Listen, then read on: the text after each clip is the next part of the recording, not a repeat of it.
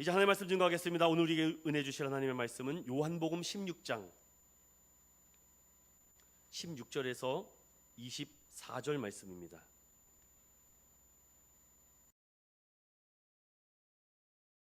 읽을 때 다 자리에 일어나셔서 한 목소리로 합독하겠습니다. 시작.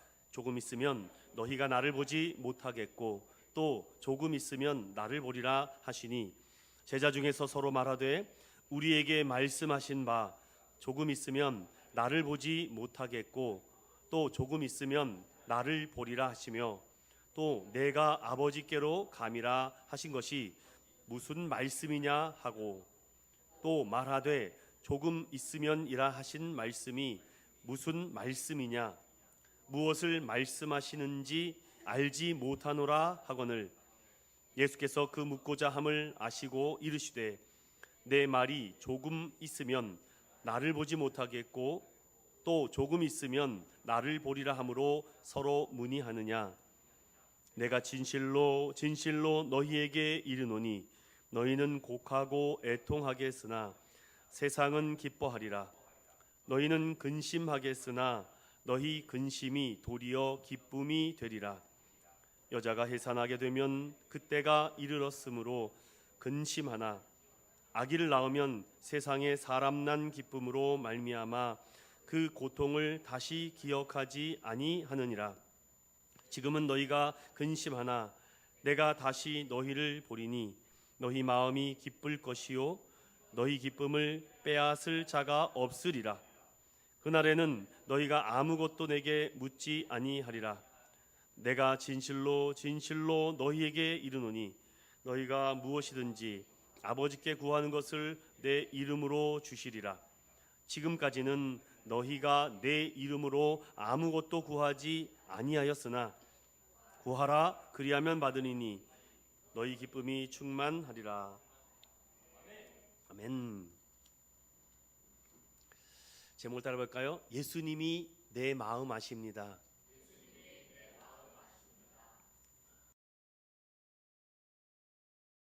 동안 슬기로운 시청자들에게 사랑을 받았던 적이 있습니다. 이에 슬기로운 신앙생활, 슬기로운 교회생활 등 어떻게 하면 신앙과 교회생활을 하나님 마음에 들게 잘 할까라는 마음으로 신앙생활, 옳은 교회생활을 하고자 슬로건을 걸고 구호를 외쳤던 적이 있습니다. 그런데 그만 코로나가 오면서 많은 교회들이 뜻하는 바를 이루지 못하고 모임도 못하는 경우가 많이 있었죠. 슬기로운 교회생활을 대표적으로 7교회를 뽑자면 소아시아 7교회가 아닐까라고 생각합니다. 그러나 그것도 어디까지나 가까워 보이면서도 멀리 느껴지는 교회의 모습 아닐까라는 생각도 듭니다. 그러다 보니 교회 생활 잘한다, 신앙생활 참 잘하시네요 라고 기준을 교회가 점점 세우게 되다 보니 그것을 슬기로운 봉사생활, 즉 교회에서 얼마나 봉사 열심히 하고 희생 헌신 잘하느냐에 따라서 그 사람의 믿음의 위아래를 나누는 레벨 테스트가 되게 되었습니다. 한 사람이 1인 다역을 하는 경우가 여러분 우리 교회만 아니라 대부분 많은 교회들이 잘하는 사람에게 더 채찍이 가게 되어 있죠. 못하는 사람은 너는 쓸모가 없기 때문에 그런 의미로는 아닐 겁니다. 그러다 보니 한 개 맞는 것도 부담되지만 2, 3개를 맞다 보니 점점 슬기로운 봉사 생활을 하기보다는 점점 내 마음이 어두워지고 근심과 염려의 신앙 생활이 되기 시작했습니다. 여러분 지금 마음은 어떻습니까? 신앙 생활이란 무엇일까? 어떻게 슬기롭고 올바르게 신앙 생활을 할까? 예전에 주일학교를 할 때 아이들에게 요절을 외우거나 아니면은 어떤 문제를 냈을 때 너무나도 잘하는 친구들에게 제가 동그란 도장을 찍어준 적이 있었습니다. 참 잘했어요. 주님도 우리에게 참 잘했다라는 표현이 성경에 참 많이 등장하고 있습니다. 굿잡, 너 참 잘했다라는 뜻이죠. 그런데 정말 잘하고 싶은 마음은 많은데 우리의 마음이 뜻대로 마음먹은 대로 되지 않을 때 나는 칭찬받을 수 있을까? 나는 정말 칭찬 스티커 요번에 받아야 되는데 라는 근심과 걱정이 우리의 마음을 자꾸 빼앗아가는 경우가 있죠. 예수님과 제자들도 그 근심과 염려에 대한 문제가 없었던 건 아니었습니다. 이에 예수님께서는 그 제자들과 함께 내가 이 유지하기 위해서 말만 하지 않고 그들과 함께 그 친밀한 교제의 관계를 계속해서 유지하고 나누기 위해서 그들에게 성만찬이라는 그 깊은 교제의 시간을 그들에게 내가 올 때까지 기념하고 기억하라. 내가 주는 몸이다, 내가 주는 피다라고 하며 그 영적인 관계를 통해서 더 끈끈하게 맺어지죠. 저도 아내에게 프로포즈를 할 때 무엇을 하면 좋을까라고 하다가 역시 귀금속이 짱이더라고요. 뭐 더 다른 거 필요 없습니다, 여러분. 그래서 제가 이제 백화점에 가서 구입을 해서 I love you 결혼해 달라고 했죠. 그런데 그냥 말하는 것과 어떤 상징적인 여러분 그렇다고 뭐 그게 꼭 중요한 건 아닌데 내 마음의 표현을 하죠. 나랑 결혼해 달라고 할 때 반지 하나. 참 감사하게 우리 아내는 이렇게 귀금속에 관심이 없습니다. 그래서 제가 참 감사해요. 막 화려하게 치장하고 그러지 않아서 너무 고마운 것도 있고 또 미안한 마음도 있습니다. 예수님도 제자들과 함께 3년간의 이 교제의 관계를 어떻게 마음을 표현해야 되는데 그 마음을 헤아려 주기에는 제자들이 아직 너무 미성숙합니다. 그래서 그들에게 성만찬이라는 것을 제정하면서 이제 너희들과 영원한 교제를 한다라고 말하죠. 성경에 그리스도인들이 신앙생활을 하면서 이 친밀한 슬기로운 신앙생활의 핵심적인 말씀이 어디 있을까라고 찾다가 여러분 안 넘어가네요. 그리스도 안에 무슨 교제가 있을까라고 해서 빌립보서 2장 1절에서부터 4절에 있는 말씀이 우리에게 아주 신앙생활, 즉 슬기로운 신앙과 교회 생활의 핵심적 문구가 다 담겨져 있는데 우리 한번 함께 1절부터 4절까지 합독해 볼까요? 시작. 그러므로 그리스도 안에 무슨 권면이나 사랑의 무슨 위로나 성령의 무슨 교제나 긍휼이나 자비가 있거든 마음을 같이하여 같은 사랑을 가지고 뜻을 합하여 한 마음을 품어 아무 일에든지 다툼이나 허영으로 하지 말고 오직 겸손한 마음으로 각각 자기보다 남을 낮게 여기고 각각 자기 일을 돌볼 뿐더러 또한 각각 다른 사람들의 일을 돌보아 나의 기쁨을 충만하게 하라. 아멘. 교회 안에 꼭 있어야 할 요소들입니다. 여기 무슨 권면이라고 하는 그 앞에 그리스도 안에서입니다. 예수 안에서 그 마음을 헤아려 줘야 되는데 우리는 그 예수 안에서의 마음이 없는 상태에서 권면이나 사랑이나 위로나 교제가 계속 유지될 것 같은데 이게 단절되는 모습을 보게 됩니다. 제가 헬라어 원문을 좀 더 찾아보니까 이 무슨 권면이나 할 때 이 권면은요 서로를 교정해주고 싶은 마음이 있거든요. 이게 믿는 사람 안에서도 야 집사님 기도 그렇게 하는 거 아니야. 집사님 성경책 그렇게 공부하는 거 아니야. 아유 신앙생활 그렇게 하는 게 아니야. 아니 권면을 하라 그랬는데 자꾸 교정을 해주려고 그래요. 교정은 담임 목사 혼자라도 충분합니다. 여러분 서로 교정해 주지 마세요. 그냥 마음이 힘들어집니다. 그리고 또 뭐라 그럽니까? 여기 사랑의 무슨 위로라고 돼 있어요. 위로라는 말을 헬라어로 다시 찾아보니까 격려라는 말이 표현되어 있습니다. 나는 그 사람들을 격려해 준답시고 말을 하는데 이게 오히려 반대의 역풍을 맞으면 그냥 상처가 됩니다.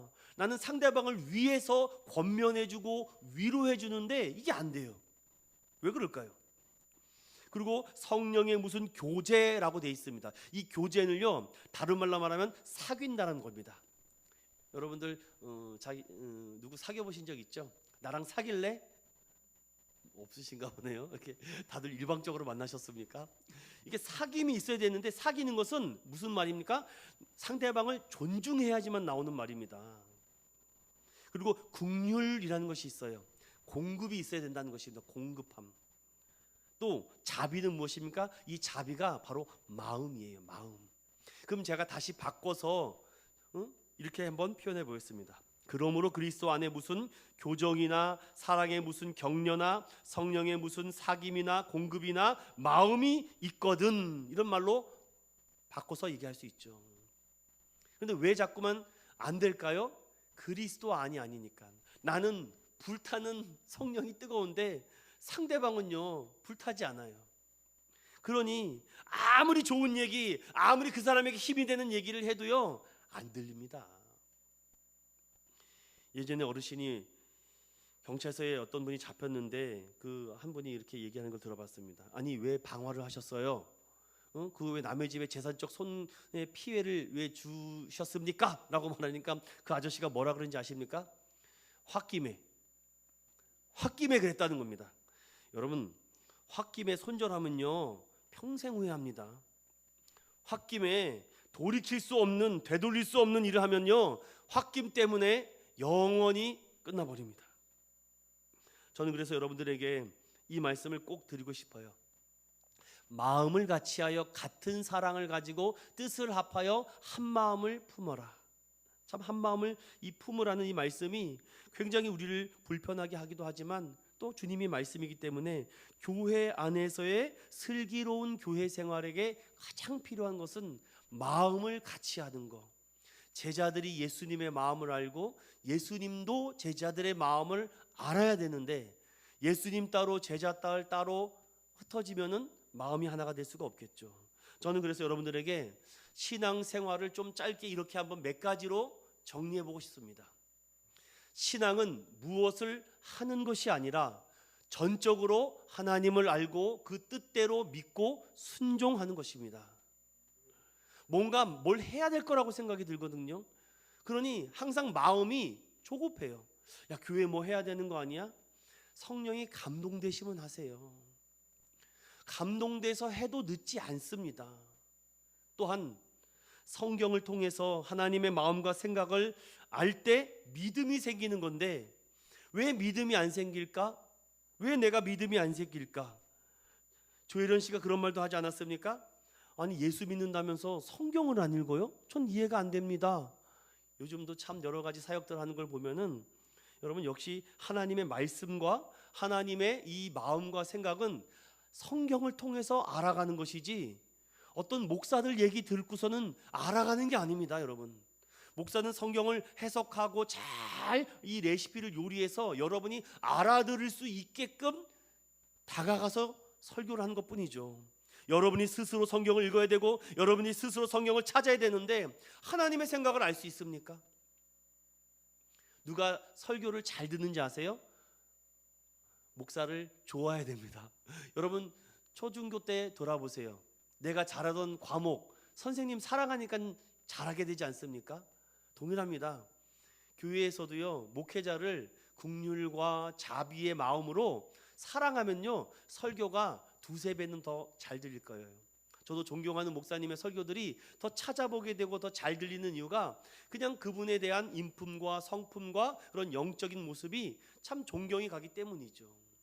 그러나 무엇보다도 그분을 쓰시는 하나님을 바라봐야 된다는 것을 잊지 마시기를 주님의 이름으로 간절히 축원드립니다. 그리고 예수님께서 온전케 하심을 믿어야 됩니다. 이게 신앙생활이에요. 그래, 하나님이 뜻이 있겠지, 하나님이 온전하신 계획이 있겠지. 그리고 또 하나, 하나님이 돌이킬 기회와 은혜를 주셨을 때 속히 마음을 돌이키는 것입니다. 우리는 이것을 회개라는 말로 표현하죠. 신앙생활이 아마 이거 말고도 더 많이 있겠지만 저도 몇 가지로 여러분들에게 오늘 말씀을 중심으로 좀 압축해서 생각해 보려고 합니다. 그렇다면은 여러분들에게 이런 말씀을 좀 드리면서 오늘 핵심적인 몇 가지 말씀을 증거해 보려고 합니다. 나는 예수 그리스도의 복음을 위해서 무엇을 포기했는가? 나는 예수 복음을 위해서 무엇을 죽여가고 있는가?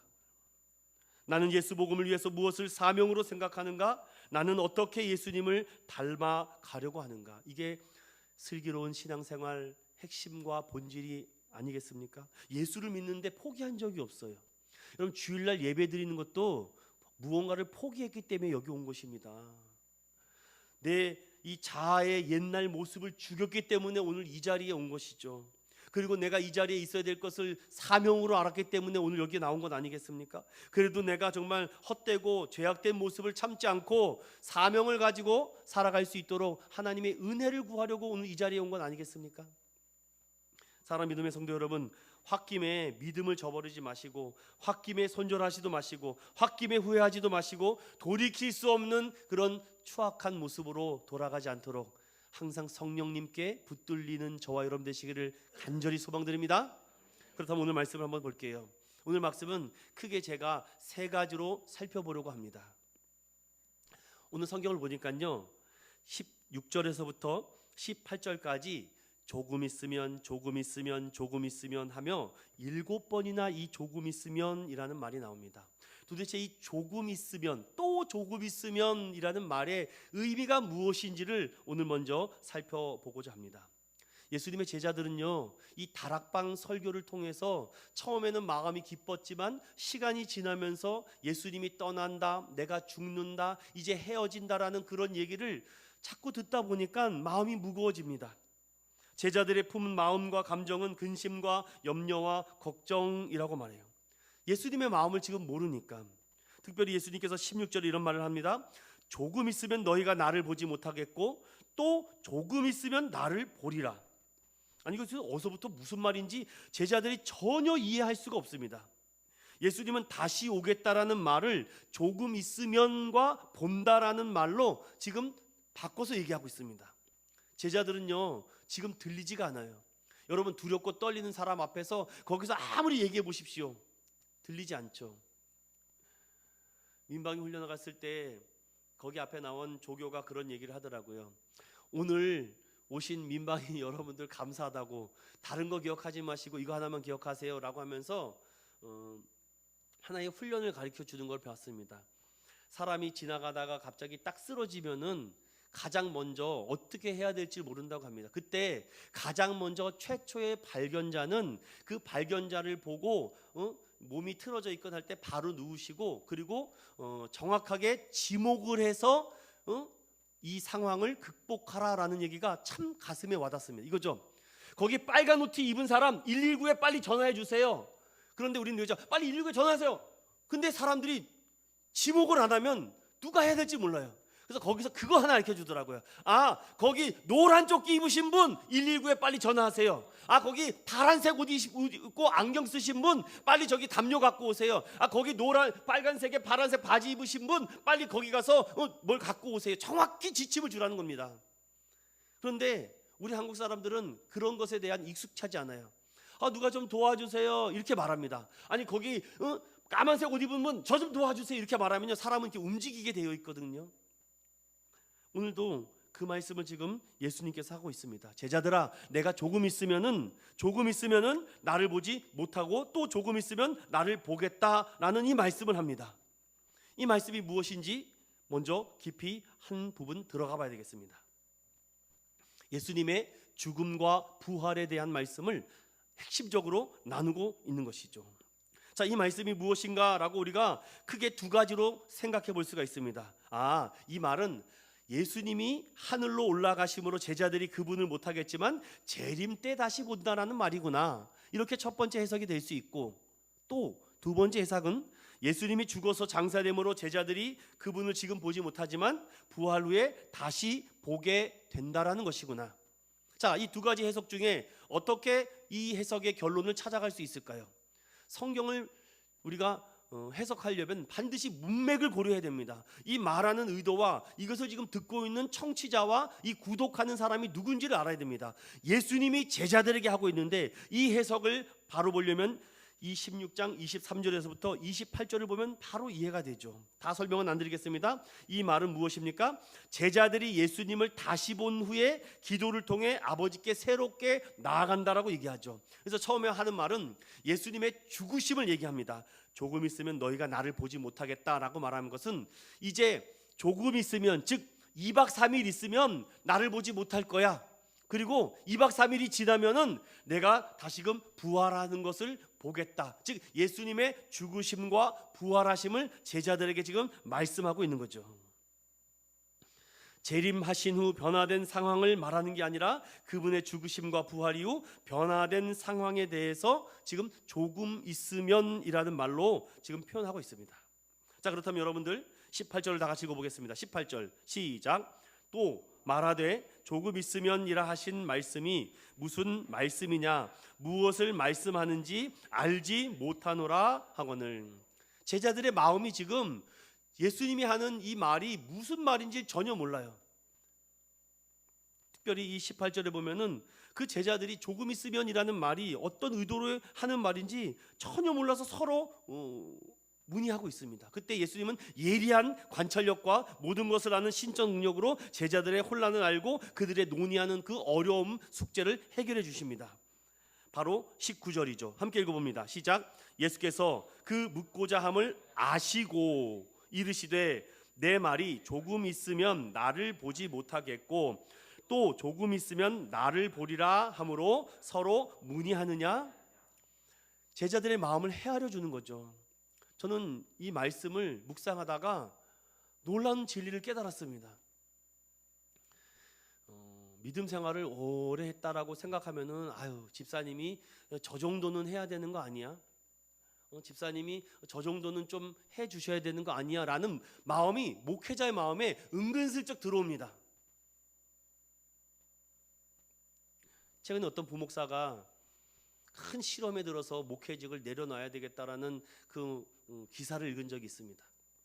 대신방 기간인데 담임 목사님이 부목사들을 쭉 모여놓고 큰 교회인데 부목사들 보고 이제 신방할 테니까 각 가정에게 가서 봉투를 3개씩 준비하라고 시켰답니다. 그러니까 부목사들이 이 딜레마에 빠지는 거죠. 젊은 부목사들이. 그래서 왜 3개입니까? 하나는 신방 감사 헌금이고 하나는 담임 목사 감사 헌금이고 또 하나는 담임 목사 도서비를 해서 봉투를 3개를 딱 내놓고 준비하라고 모든 가정에. 저도 그런 경험을 했습니다. 그런데 위에서 누르는 이 압박에 어쩔 수 없이 그분들에게 얘기했는데 그렇게 얘기하더라고요. 저한테. 목사님, 담임 목사님 신방하지 말고 부목사님이 신방해 주시면 안 돼요? 그러더라고요. 왜요? 부목사들은 봉투를 요구하지 않습니다. 그때 제가 마음을 먹었습니다. 식사 대접은 받지만 그 외에 감사헌금은 교회로만 하라. 개인적으로 담임 목사 없다. 사랑하는 믿음의 성도 여러분, 성도들에게 충분한 설명과 설득과 기다림이 필요한데 마음을 헤아려 주지 않아요. 신방 한 번 잘못 드리면 40-50만 원이 나간다고, 월급 200만 원 받아서 신방 한 번 드리면 거덜난다고. 물론 과거와 오늘이 달라졌다고 생각합니다. 그 마음을 헤아려 주는데 지금 교회의 뜨거운 감자와 이슈가 무엇인지 아십니까? 목회자의 이중직이 가능한가, 가능하지 않는가. 교회 50명 이하의 교회 성도들을 보유하고 있는 교회를 400명 담임 목사들을 조사해 본 결과 많은 사람들이 제대로 생활을 할 수 없도록 힘들어하고 있다. 70%가 제대로 된 사례를 받고 있지 못하다. 그래서 이러다가는 처자식이 굶어 죽을 것 같아서 생사를 감당하기 어려워 일터로 나간다. 그런데 목회자들이 마음이 무거운 거예요. 왜냐? 하나님의 이 거룩한 일을 해야 되는데 다른 일을 하는 것에 대해서 부담이 되죠. 여러분 어떻게 생각하십니까? 목회자 이중직이 옳다고 생각하십니까? 그 마음을 헤아려 보셨습니까? 옛날에 어르신들은 그러죠. 하늘만 바라봐. 까마귀가 와서 물어다 줄 거야. 시대가 너무 바뀌었습니다. 지금. 맞습니다. 지금도 하늘만 바라보고 구하면은 하나님이 주신다라는 믿음이 있습니다.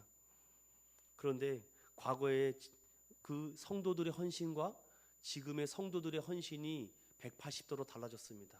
청년들이 11조를 안 합니다. 그래서 목사님이 너무 화딱지가 나서 홧김에 목사님 왜 교회를 열심히 돌보지 않고 일터에 나가서 일하세요. 그러니까 목사님이 홧김에 네가 11조를 안 하니까 내가 지금 나가지. 참 마음이 안 좋습니다. 제가 왜 이런 말씀을 여러분들에게 드리냐면은 오늘 예수님의 말씀을 보세요. 예수께서 그 묻고자 함을 아셨다. 이르시되 내 말이 조금 있으면 나를 보지 못하겠고 또 조금 있으면 나를 보리라 하므로 서로 문의하느냐. 마음을 헤아려 줘야 되는데 무작정 일방적으로 윽박지릅니다. 그건 아니라고, 틀렸다고. 드디어 이 문제가 이슈가 돼서 총회에서 합동 측에서는 보류, 통합 측에서는 일부 허용, 침례교, 감리교에서는 뜻대로 하소서. 그러니 지금 50명 이하의 목회자들이 60에서 70%가 이중직을 하고 있습니다. 근데 성도들이 목회자의 마음을 헤아려 주지 못해요.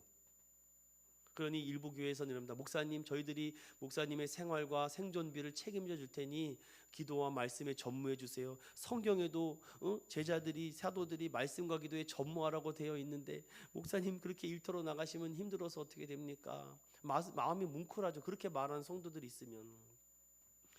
그렇게 말할 정도의 교회라면요 흔들리지 않을 거라고 생각이 들어요. 마음을 헤아려 줘야 되는데 헤아려 줄 데가 없으니까 결국은 사모는 일터에 나가고 전선에 나가서 먹고 사는 문제를 해결하려고 하죠.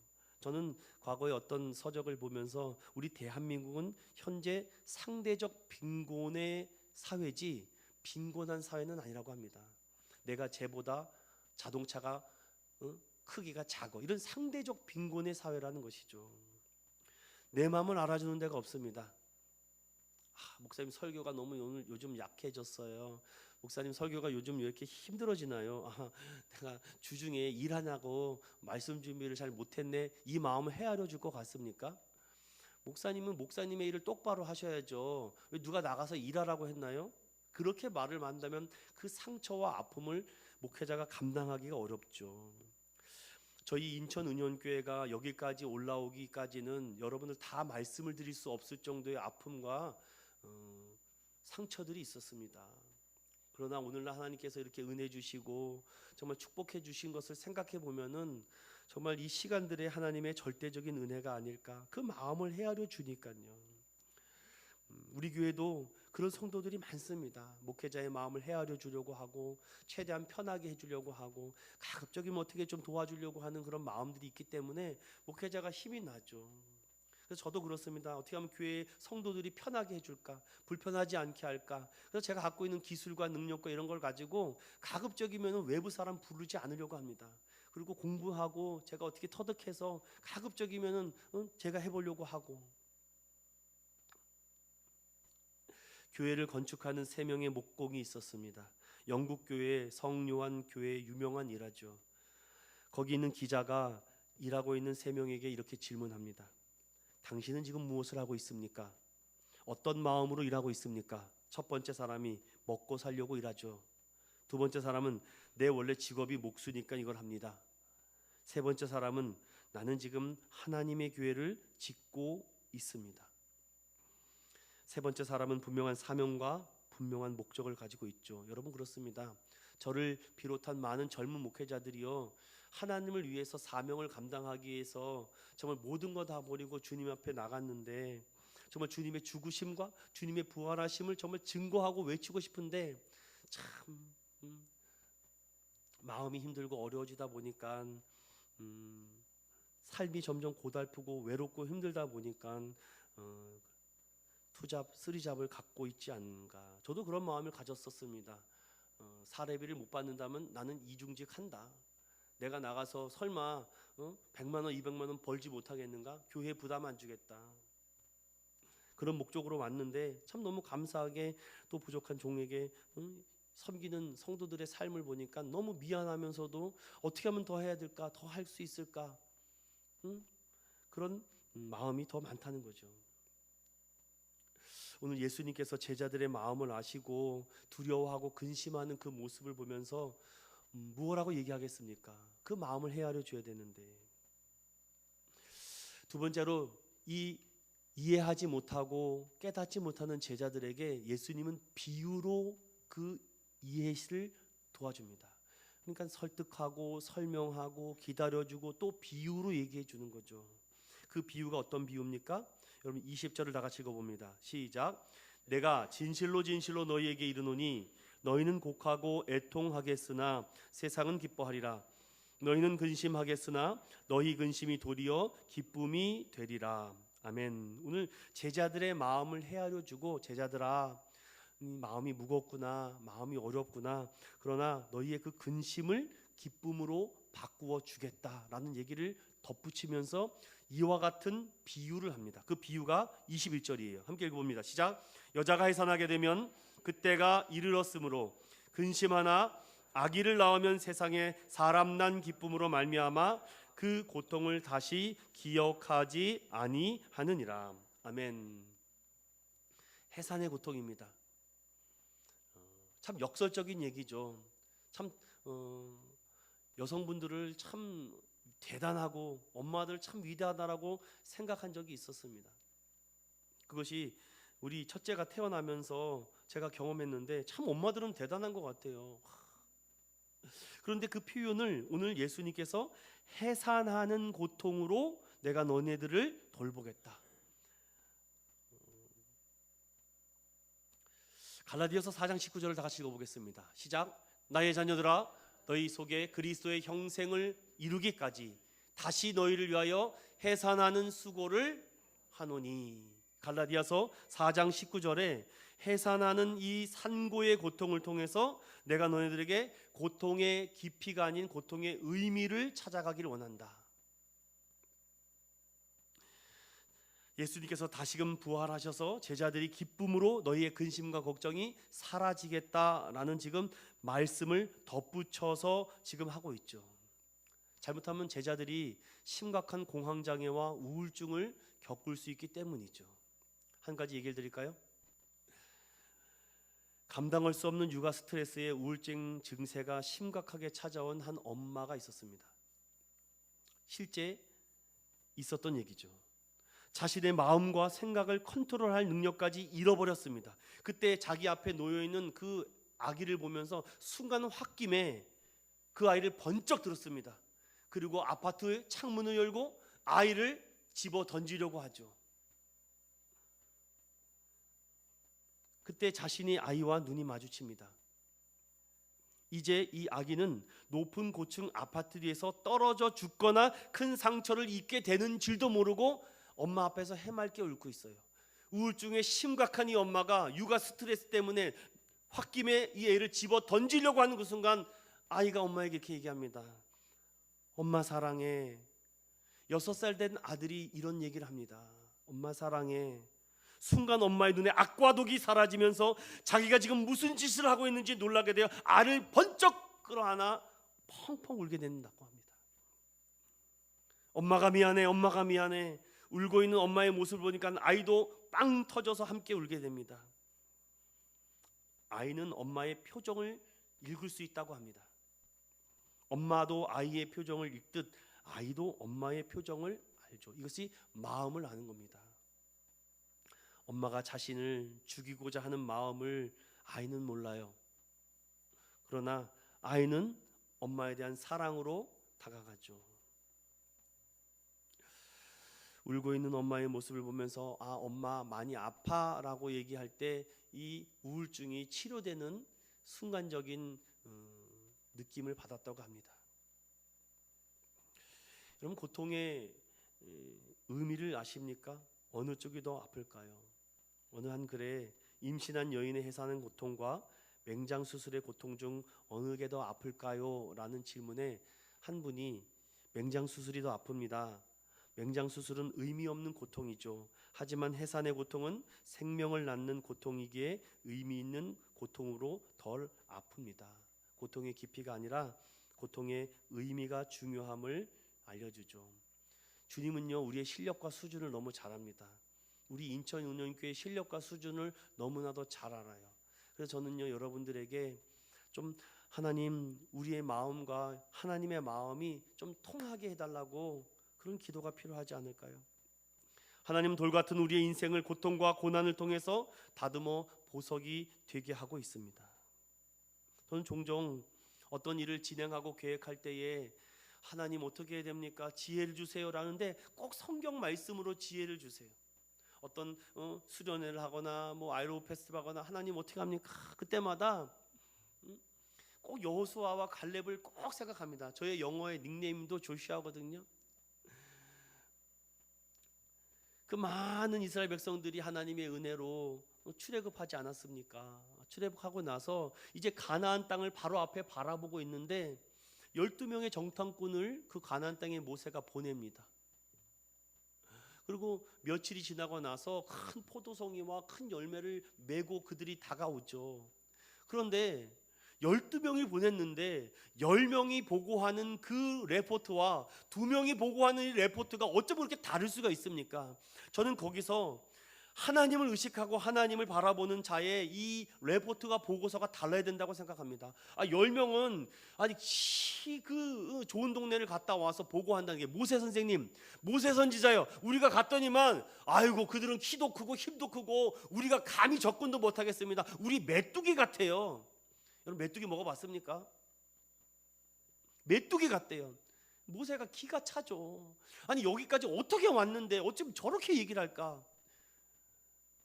의미를 모르고 하나님의 마음을 모르니까 메뚜기가 좀만 있으면 아유 부추 마늘 오이 고기가 생각난다. 고기를 달라. 춥다. 배고프다. 아니 하루라도 원망과 시비가 없는 날이 없습니다. 그런데 여호수아 갈렙은요, 아니다. 어찌 너희들이 그들을 두려워할 수 있느냐? 우리가 두려워할 것은 하나님이다. 하나님이 더 두려워해야죠. 그들은 우리의 밥이라는 겁니다. 먹이라는 겁니다. 그래서 저는 그런 확신이 있어요. 어떤 일을 할 때 주변을 바라보는 것이 하나님 이거 하나님이 허락하십니까? 하나님 이거 하면 하나님이 기뻐하십니까? 그러면 하겠습니다. 어떠한 일이 있어도 밀어붙이겠습니다. 그러나 하나님이 끊으시고 하지 말라 그러면 저 멈추겠습니다. 여러분 왜 스스로 메뚜기가 되려고 하십니까? 그러니 세상이 우리를 우습게 보죠. 시편에도 너는 내 아들이라 너는 내 딸이라 내가 오늘 너를 낳았다 그렇게까지 말씀하시는데, 해산하는 고통을 통해서 내가 너를 낳았는데 그 기쁨으로 너희가 다시는 아파하지 않겠다. 저는 오늘 이 21절을 여러분들이 잘 묵상했으면 좋겠습니다. 해산하고 나서 그 때가 이르면 얼마나 무섭습니까? 얼마나 두렵습니까? 무섭고. 그런데 아기를 낳으면 세상에 사람 난 기쁨으로 그 고통을 다시 기억하지 못한대요. 정말 기가 막히지 않습니까? 어쩜 이렇게 비유를 할 수 있을까? 그래서 여러분도 우리 교회도 앞으로 이런 믿음으로 따라해 봅시다. 기죽지 맙시다. 기죽지 맙시다. 좌우부대 인사해. 우리 기죽지 맙시다. 어깨 딱 피세요. 왜 이렇게 길을 죽어갑니까? 뭐 없어서요? 뭐 내가 뭐 부족하다고? 여러분 하나님의 자녀는요 기 이렇게 딱 펴고 살아도 돼요. 기 죽지 마십시오. 힘들고 지쳐 낭망하고 넘어져 있을 때에 너는 내 아들이라 믿음의 눈으로 주를 보라 이 또한 지나가리라 라는 이 의미를 찾아가면은요 우리가 좀 더 가벼워지지 않을까요? 이제 마지막입니다. 따라해 봅시다. 마중물과 같은 한마디. 22절부터 24절에는요 이렇게 말하고 있습니다. 지금은 너희가 근심하나, 23절에 그날에는 너희가, 24절에는 지금까지는 너희가 라는 말씀의 마지막을 제자들에게 던져주고 있습니다. 무슨 말일까요? 자, 제가 압축적으로 정리를 해볼게요. 제자들아, 조금 있으면 내가 죽을 거야. 그런데 또 조금 있으면 내가 다시 부활해서 나타날 거야. 무슨 말입니까? 제자들아, 내가 너네들의 마음을 다 안다. 이 의미를 모르는구나. 여성이 해산하는 그 고통으로 사람 난 것을 가지고 기뻐하지, 너희들이 내가 하는 이 말을 부활하고 나면은 알게 될 것이다. 부활하고 나면은 예수님이 무슨 말로 이런 의미를 말했는지 그때 안다는 겁니다. 사랑하는 믿음의 성도 여러분, 여러분의 가슴과 심정과 마음속에 부활하신 예수님의 능력이 가득 차고 넘치시길 축원드립니다. 그러면은요, 이 말이 생각이 나요. 알게 됩니다. 지금은 너희가 근심하나 내가 다시 너희를 보리니 너희 마음이 기쁠 것이요 너희 기쁨을 빼앗아. 이 말이 알게 돼요. 이게 마중물 같은 한마디입니다. 23절 다 같이 봅니다. 시작. 그날에는 너희가 아무것도 내게 묻지 아니하리라. 내가 진실로 진실로 너희에게 이르노니 너희가 무엇이든지 아버지께 구하는 것을 내 이름으로 주시리라. 아멘. 전 이렇게 정리해봤어요. 지금까지는 예수 이름으로 못 구했으나 이젠 구하게 된다는 거예요. 부활하고 나시면, 부활의 예수를 만나면은요, 제자들이 이제 기죽지 않습니다. 그전에는 예수님이 함께 있었으니까 예수님 어떻게 기도해요? 좀 기도 좀 해주세요. 그러니까 예수님이 기도는 이렇게 해라, 그렇게 3년 동안 가르쳤는데도 기도를 할 줄 몰라요. 이렇게 예배를 드려야 할 줄을 모릅니다. 그러니까 내가 떠나는 것이 너희들에게 유익이라는 거죠. 그래야지 너희에게 보혜사 성령을 보내줄 수 있다라고 말하죠. 지금은 근심하나 너희 마음이 기쁨을 빼앗지 못한다. 여러분, 예수 그리스도의 부활의 능력으로 우리 안에 예수님의 죽으심으로 내 죄가 사함 받았다. 그리고 그 죄 사함 받은 자가 영원한 아버지의 나라의 부활의 능력으로 나간다. 이것이 여러분들의 복음의 본질이고 핵심인 줄로 믿습니다. 죽으심과 부활하심, 이 두 가지가 여러분들 하나가 되면요, 그래 나도 부럽지 않다. 그날에는 무엇이든지 아버지께로 구한다라는 말. 이 의미는요, 너희들이 욕정으로 세상과 세속적인 것을 구하는 것이 아니라 너희가 복음을 전하고 예수 그리스도의 복음을 위해서 너희가 살아가고 하나님 도와주세요라면 내가 적극적으로 너희를 도와주겠답니다. 이 사역을 감당해야 되는데, 하나님 복음을 증거해야 되는데 이 사역을 어떻게 감당할 거야 할 때마다 아버지께 구하면 내가 다 들어주겠다는 것입니다. 교회가 이런 영적 스피릿을 회복해야 되는데 이 영적인 이 파워가 약해져 보니까 예수님이 너를 위해서 죽였다라고 해도 뭐 죽었나 보군요. 부활했다 그래도 이 영적인 회복이 안 됩니다. 지난 시간에 제가 여러분의 골방과 다락방이 회복되지 않으면 안 된다고 말씀드렸습니다. 오늘은 제가 여러분들에게 예수 그리스도의 죽으심과 부활하심의 능력이 없으면 회복되지 않아요. 다시 한번 고백합시다. 나의 골방과 나의 다락방이 회복될지어다. 예수님의 죽으심과 예수님의 부활하심이 나의 능력이 되리라. 이번 주 이거 하나만 기억하십시오. 그러면 마중물과 같은 주님의 말씀이 생각해. 그래, 지금은 네가 몰랐지? 그런데 이제는 아버지의 이름으로 다 구해. 그럼 내가 다 주겠다. 그래, 맞아, 하나님이 해주신다 그랬지. 지금까지는 내가 근심했지만 이제 기쁨으로 바꿔줄게. 이 말이 자꾸 생각이 납니다.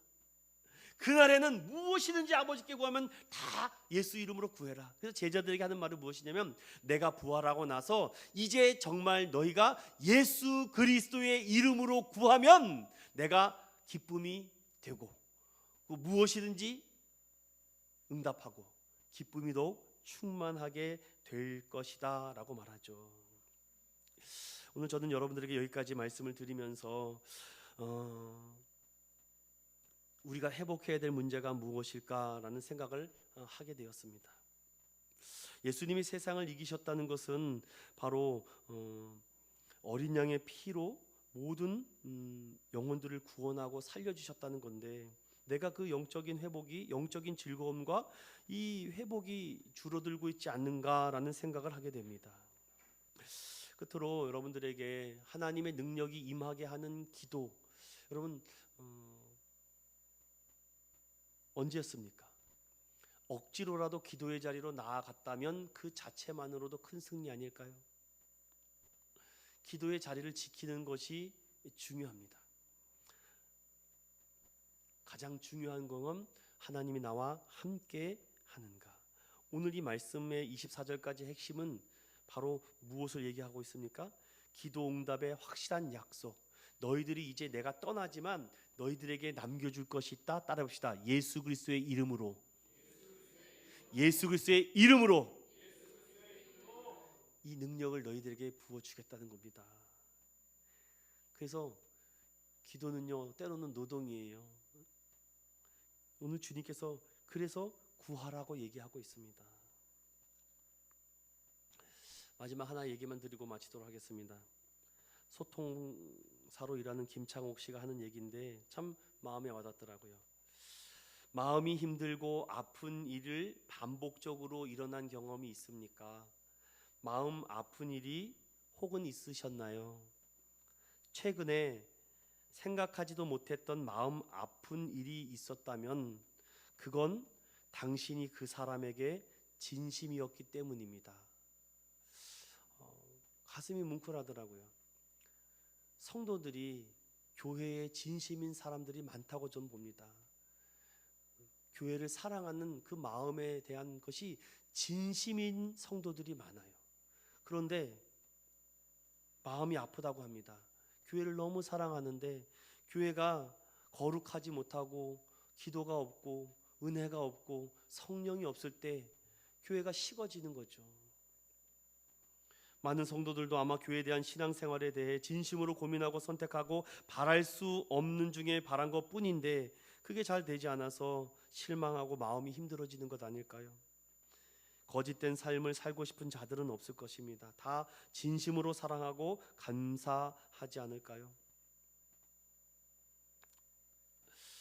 사람이 참 인생을 벌집처럼 쑤셔 맞으면은요 부드러워진다고 합니다. 뜻하지 않는 악재와 질병과 어려움이 찾아오면 마음이 부드러워지죠. 그런데 성경이 말할 때 우리 마음이 부드러워지는 길이 있습니다. 에스겔 36장 잠깐 열어볼까요? 제가 요거까지만 말씀을 드리겠습니다. 에스겔 36장 26절에서부터 27절.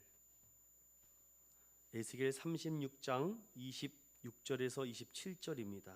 함께 읽어볼까요? 시작.